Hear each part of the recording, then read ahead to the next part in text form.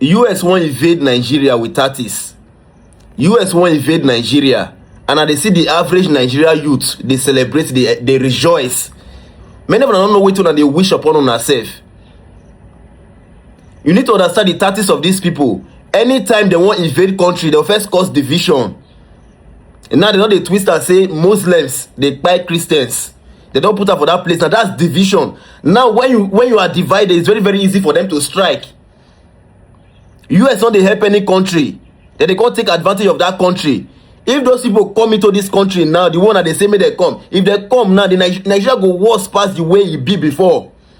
Nigeria problem never was reach where Nigeria not fit solve their problem by themselves. Even as Nigeria be, many of them never really go country where problem dey. Even as Nigeria be self, Nigeria problem never happen. We never reach where we not fit solve our problem by ourselves. We not need the intervention of another country to go help Nigeria. These people, now their tactics be that. What happened to Libya? That time they say Gaddafi do this one, do that one.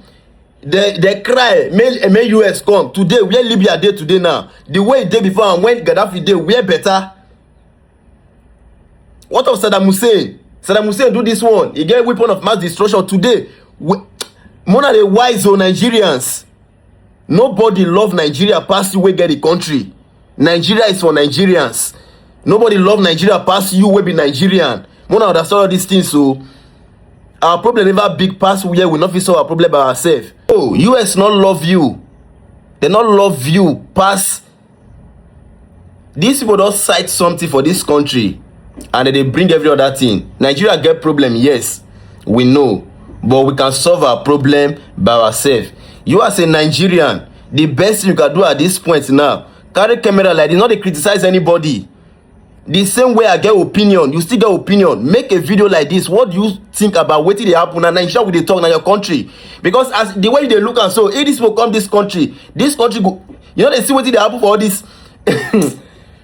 They play. Now when this will not come this country, your eye will go clear.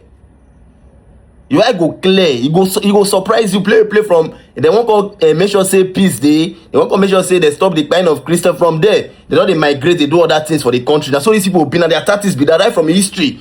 So not be by English or go school. Check history. Make you see the way it be and their tactics be this.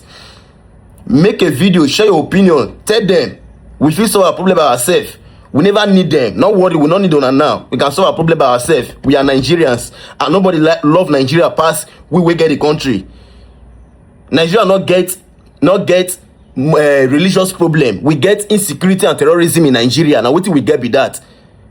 And that thing where that comment where Donald Trump make, it's that thing, now threat to the sovereignty of Nigeria. And you as a Nigeria, if you not see that thing as a problem, that mean not really smart like that. A sovereign country now you they talk say if Nigeria not do this one, we just come in. A sovereign country now this is where they talk so.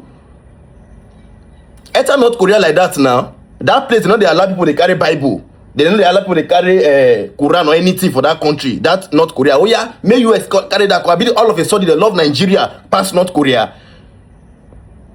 If you as a Nigeria, that comment where Donald Trump write, you know, as a problem, as a threat to the peace of the sovereignty of Nigeria, that means you're not really too smart like that.